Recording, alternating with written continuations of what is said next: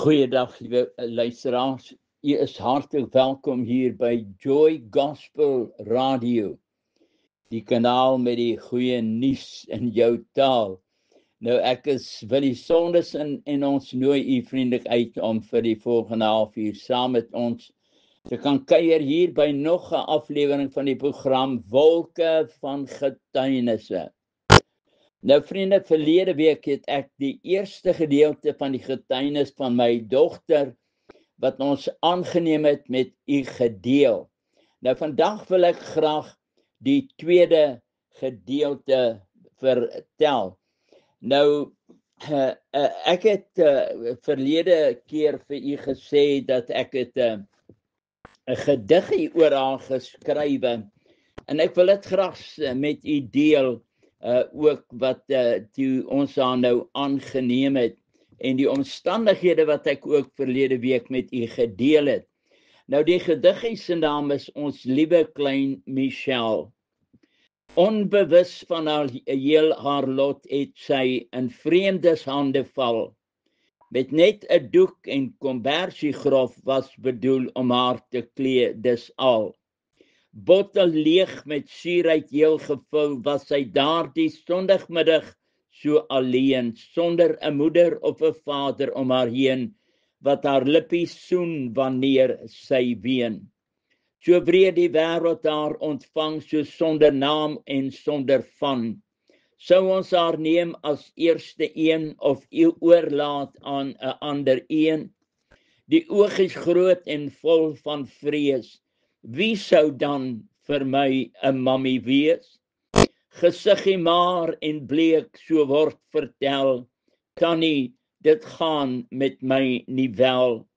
Liefdeshande raak haar aan, het die Heer ook vir my 'n weg gebaan. Ook die dokter het gesê, sy sal nie lank kan lewe, miskien net vir 2 weke. Saggies en vol liefde neem sy haar in haar arm. Innig was die liefde toe sy haar daardie bondel vasdruk teen haar moeders hart, want so was dit nog nie in haar korte lewe.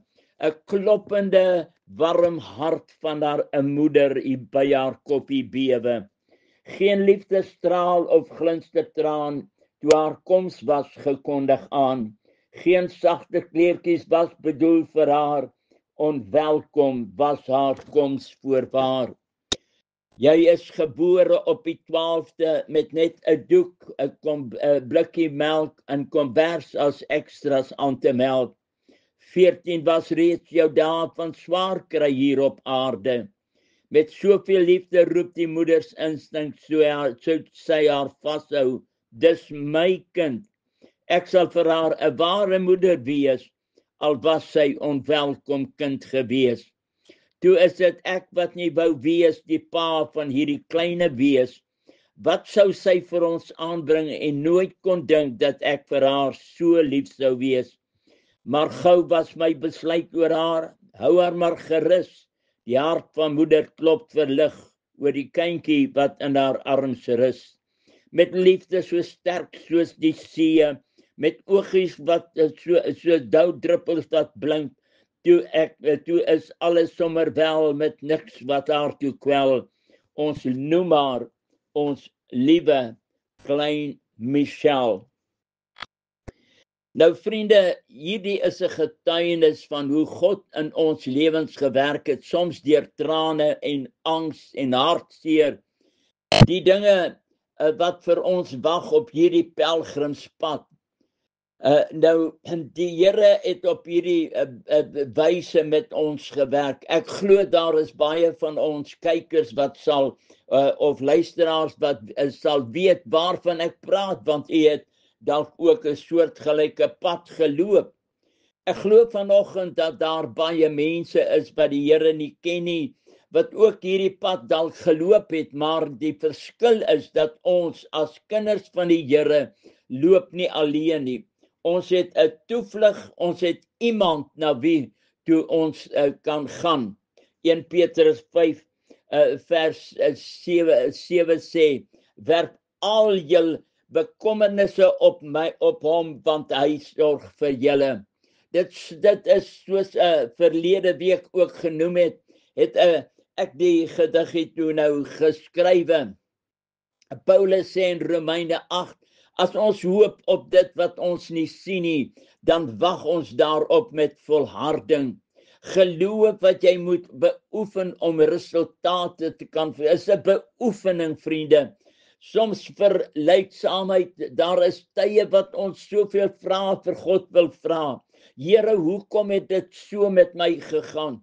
Soms maak ons besluite en dinge kom oor ons pad, dan wil ons later vra, maar daar is geen bevredigende antwoord nie. Weet God van my situasie? Waarom voel dit soms dat hy blind is vir my omstandighede en steeds, vriende, is daar geen antwoord op ons vrae nie. Selfs koning Dawid het gesê, Here, ek roep dit dags en U antwoord my nie. En snags kan ek nie swyg nie. Tog is U die Heilige wat woon onder die lofsange van Israel. Op U het ons vaders vertrou. Hulle het vertrou en U het hulle uitgered.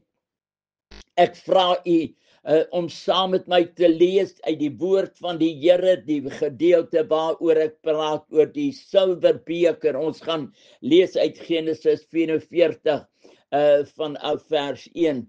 Nou, jy kan dit self gaan lees, net om tyd te bespaar.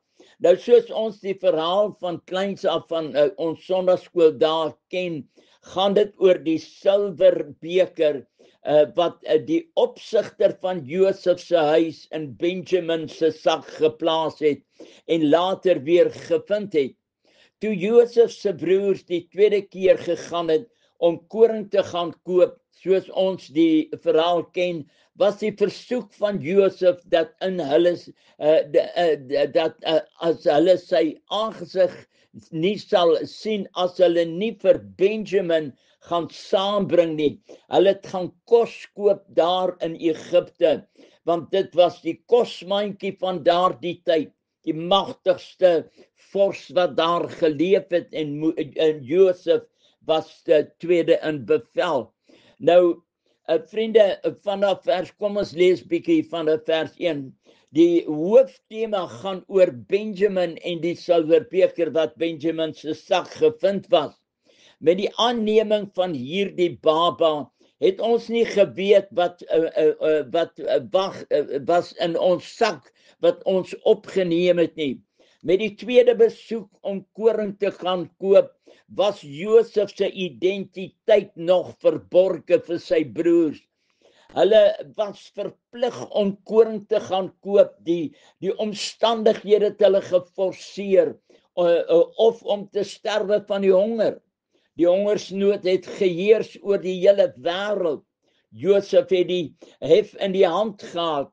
God was aan die kant van Josef, en al sou God die hemel en die aarde geskuif het uit sy baan uit, sou hy dit doen ter wille van sy kind wat so lojaal teenoor God was en op God so sy vertroue gestel het, deur nie te val vir die versoekinge nie, maar liewer in die gevangenis gegooi te word. Daarom het God hom verhoog. God voorsien dat Egipte die kosmandjie van die wêreld geword het. God se gedagtes was nie so grootliks oor die ander volke wat hom nie ken nie, maar vir sy verbondsvolk, die verbond wat God met Abraham gemaak het swaarder geweeg en God het sy belofte onthou. Jakob was al ver in die jare en het nie kans gesien dat hulle Benjamin, sy geliefde seun wat oorgebly het, moet saamneem nie. Dit is al wat hy oor het van Josef en van Benjamin. So het ou Jakob maar gedink, Josef sy lieflingkind is volgens sy kennis deur 'n wilde dier verskeer. En Jakob het nie kans gesien om Benjamin ook te verloor nie. As hy Benjamin verloor, sou hulle sy grys hare met kommer in die doderyk laat afdaal. So het Jakob dit ook aan sy seuns bekend gemaak. Dit is asof Jakob 'n handdoek ingooi en sy laaste woorde meer negativiteit verklaringe gebring het. As ek van kinders beroof is, dan is ek beroof. Josef sy broers het geskenke en dubbel soveel geld saamgeneem as ook Benjamin. Die geld wat hulle die eerste keer in hulle sakke gekry het hulle ook saamgebring, omdat hulle bang was dat dit moontlik net 'n vergissing was en hulle wou hul eerlikheid bewys en dat hulle eintlik onskuldig is. Toe Josef Benjamin by hulle sien, ek wonder wat het in sy hart aangegaan. Hy sê vir aan sy opsigter oor sy huis, bring die manne in die huis en slag vee en maak dit gereed, want die manne moet vanmiddag by my eet. Josef se broers was bevrees dat hulle in die huis van Josef gebring was, omrede die geld wat hulle die vorige keer in hulle sakke gevind het. Nou word hulle ingebring om hulle te oorrompel en as slawe te neem, saam met hulle esels. Josef het sy broers getoets om te sien of hulle nog dieselfde was toe hulle hom verkoop het. Hulle was onverantwoordelik en haat geblaas teenoor Josef, wat die vermetelheid gehad het in sy droom dat hulle almal eendag voor hom sou kniel.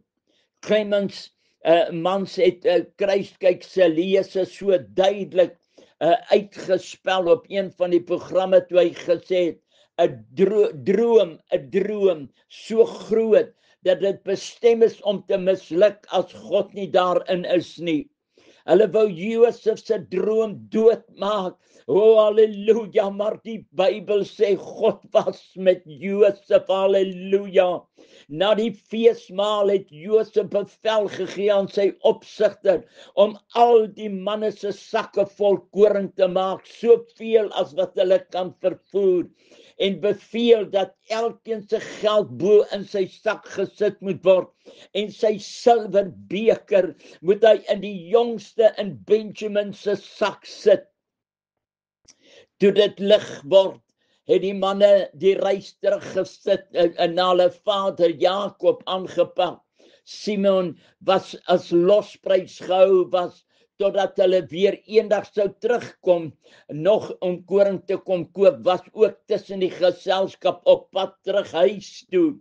Ek glo dat hulle heel verlig en bly was, dat hulle nie opgesluit was of as slawe in Egipte agtergebly het nie, en dat niks gebeur het met Benjamin nie. Hulle was vol blydskap. Nou is dit die een rigting verkeer na ons ou vader Jakob toe. Hulle was nog nie baie ver van die stad af nie. Toe sien hulle die stofwolke van 'n perderyter wat nader kom. Die broers was onbewus dat Josef sy opsigter agter hulle aangestuur het en hom beveel het dat as hulle inhaal, moet hy aan hulle vra, waarom het julle kwaad vir kwaad vir goed vergelde deur die silwerbeker van my Heer te neem? Is dit nie die ding waaruit my Heer drink of waaruit hy waarneem nie? Julle het verkeerd gehandel met wat julle gedoen het. Soms gebeur dinge op ons pad, vriende, wat eintlik maar God se diensknegte is, op soek na die silwer in jou lewe. Mense wat gebruik word as diensknegte om jou tot struikeling te bring. Ons verset ons teen hierdie ongevraagde diensknegte in steede dat ons kalm raak en waarneem dat dit 'n diensknegt van God is om sekere dinge uit ons lewens uit te haal. Hulle moet daai silwer ontdek, daardie verborgde dinge wat mense nie van weet nie, wat jy saam met jou dra, wat jy wil vertroetel eenkant hou. Vriende, dit is juis hierdie dinge wat as dit ontdek word jou weer nader aan die seën gaan bring. Halleluja, die opsigter oor die huis het hulle ingehaal en vir hulle gevra, waarom Het julle goed met kwaad vergeld deur die silwerbeker van my Heer te neem? Is dit nie die ding waaruit my Heer drink en waaruit hy waarneem nie? Julle het verkeerd gehandel met wat julle gedoen het. Met 'n skok hoor hulle hier die ernstige aantuiging, die beskuldiging teen hulle. Hulle was so verseker van hulle onskuld dat hulle nie gewaagde stelling gemaak het dat die een by wie dit gevind word moet sekerlik sterwe en ons sal my Heer se slawe wees. 'n Geweldige verklaring. Deur die vraag van die opsigter so verseker te antwoord het getoon dat daar reeds 'n groot verandering by die broers plaasgevind het. Hulle was nie meer daardie ou wat net gejaag het om Josef te gaan verkoop nie. Was dit voorheen in hulle vroeë lewe sou hulle die diensknegt moontlik dalk doodgemaak het. Hulle was skielik nie meer daar die brawe, selfversekerde groep wat met haat en moord in hulle harte geloop het nie. Omgegee het vir wie 'n lewe nie en voorheen so wreed en onverskillig gehandel het nie. Hoe sou hulle ooit so iets kon doen teen die man wat hulle so vriendelik en goedgunstig behandel het, sy silwerbeker te steel? Ek wil graag net hier ietsie aanhaal. Toe die opsigter aan die broers verklaar dat dit die beker is waaruit my Heer drink en waaruit hy waarneem. Nou vriende, ons weet dat Josef was nie betrokke by waarsêry nie. Josef was vir die opsigter en vir al die heersers in Egipte 'n besondere mens met besondere talente. Moontlik was hulle almal onder die indruk dat hy met die silwerbeker 'n sekere voorspellings of drome kon uitlê wat voorheen nie die geval was nie. Ons weet dat God aan Josef die drome uitgelê het en soos die Bybel sê, God was met Josef, prys sy wonderlike naam. Die silwerbeker het 'n baie besondere waarde gehad en elkeen van die vername manne in die regering het so 'n beker gehad. Dit was die simbool van autoriteit en gesagsposisie wat hulle bekleed het. Hulle het dit gebruik om daaruit te drink en sou dit onmiddellik waarneem indien dit sou verdwyn vir hulle. Vir hulle was dit 'n status symbool. Toe sê die opsigter, nou goed, laat dit wees soos julle gesê, die een by wie dit gevind word is my slaaf, maar julle sal vry wees. Daarop het hulle gou, elkeen so met groot vrymoedigheid sy sak op die grond gesit, want hulle weet mos hulle dit nie gesteel nie, neergesit en elkeen het sy sak oopgemaak en hy het gesoek, hy het begin by die oudste en opgehou by die jongste. En die beker is in Benjamin se sak gevind. Wanneer God se diensknegte die sak van jou lewe begin oopmaak, dan is dit in baie gevalle 'n baie seer saak as daardie geheim ontdek word, vriende.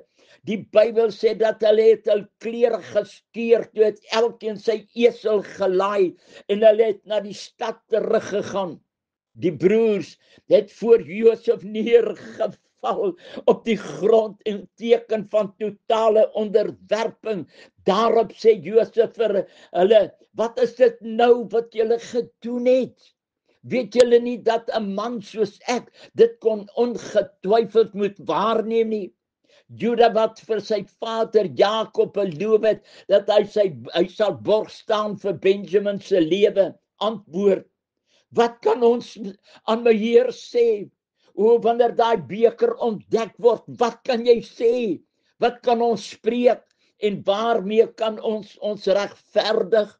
God het die ongeregtigheid van die dienaars uitgevind. Kyk, ons is my Heer se slawe. Ons sowel as hy by wie die beker gevind is. Maar Josef sê, dit is ver van my om dit te doen. Die man by wie die beker gevind is, die sal my slaaf wees. maar trek julle in vrede op na julle ou Vader.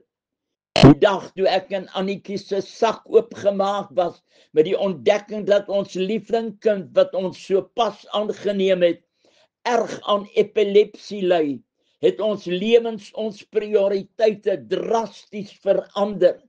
Dit was eens 'n rustige reis was met het verander in 'n stormagtige stryd en vir jare 'n geveg om die lewe van ons kind. Ons het 'n beker in ons sak gekry, vriende, waarvan ons nie geweet het nie. Ek wil graag met u gesels oor die belangrikheid van silwer. Silwer verteenwoordig heiligheid. Eerste Konings 15 vers 15 sê, en hy het die heilige gawes van sy vader en sy heilige gawes in die huis van die Here gebring. Silwer en goud en allerlei voorwerpe. Psalm 12 vers 6 sê die woord van die Here is 'n rein woorde.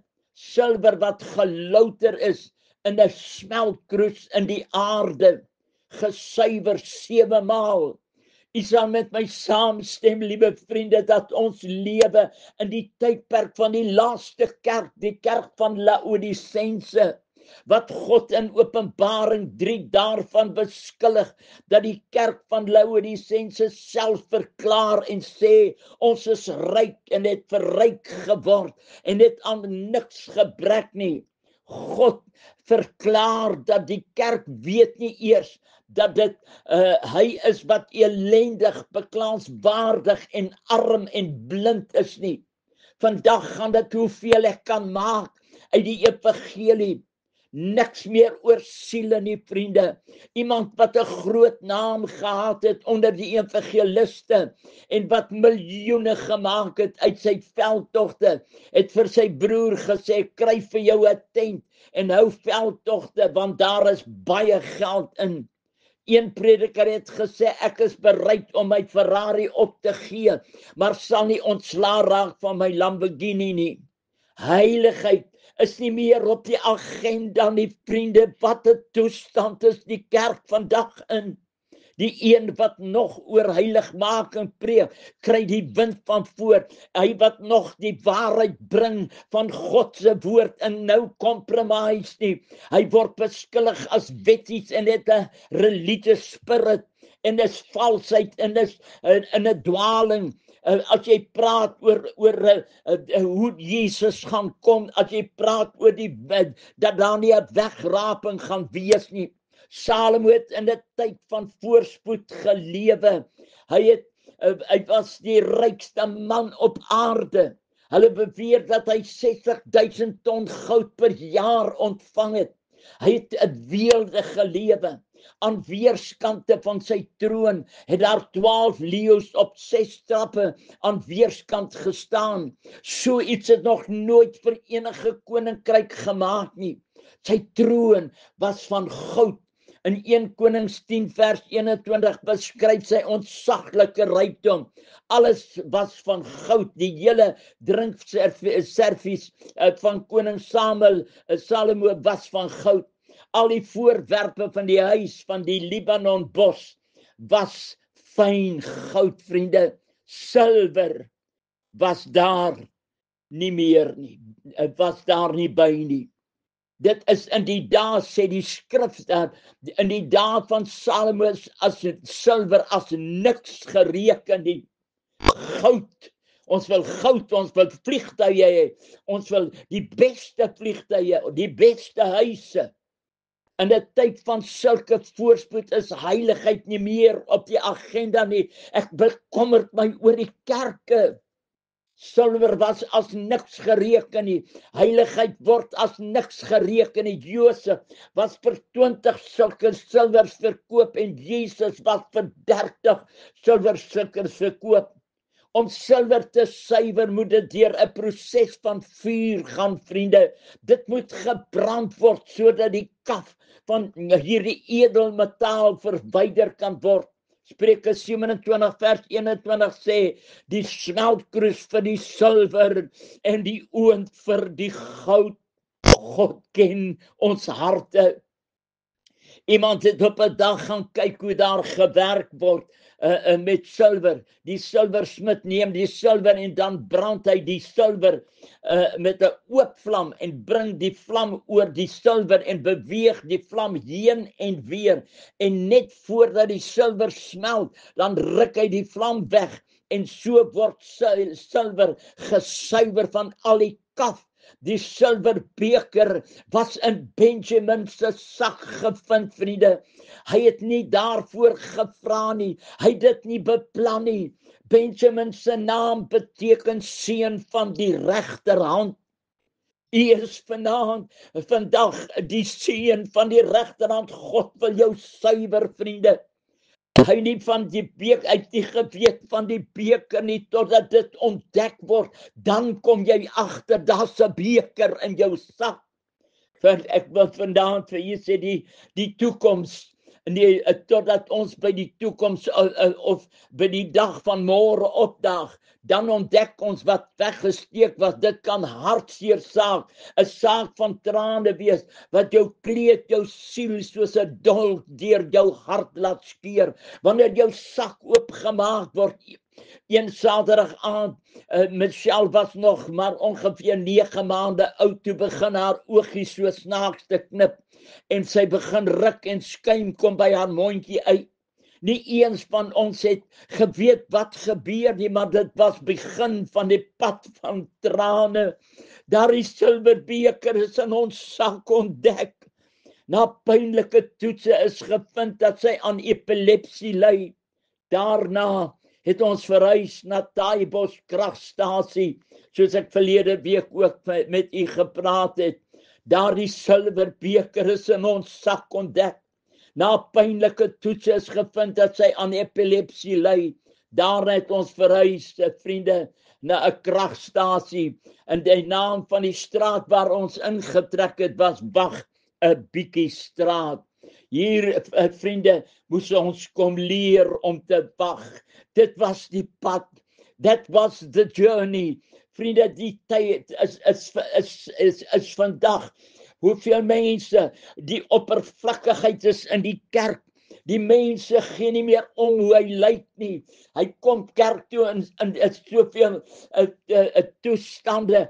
Daar word nie meer heiligmaking nagestreef nie. Ons soek vliegtuie, ons soek alles wat wonderlik is, en ons gaan aan met 'n leuen. Vriende, wat 'n verskrikking is in die kerk. Gee ons genade, o God. Koning Dawid roep uit, hy sê, ag Here, luister na my woorde, hoor die geroep van die kerk, Here. Maak ons weer, Here, dat ons suiwer sal raak, die silwer in ons lewe te voorskyn kom. Vriende, ek moet afsluit tot volgende week, dieselfde plek, selfde tyd. Dankie dat jy ingeskakel het. Die Here seën. Amen.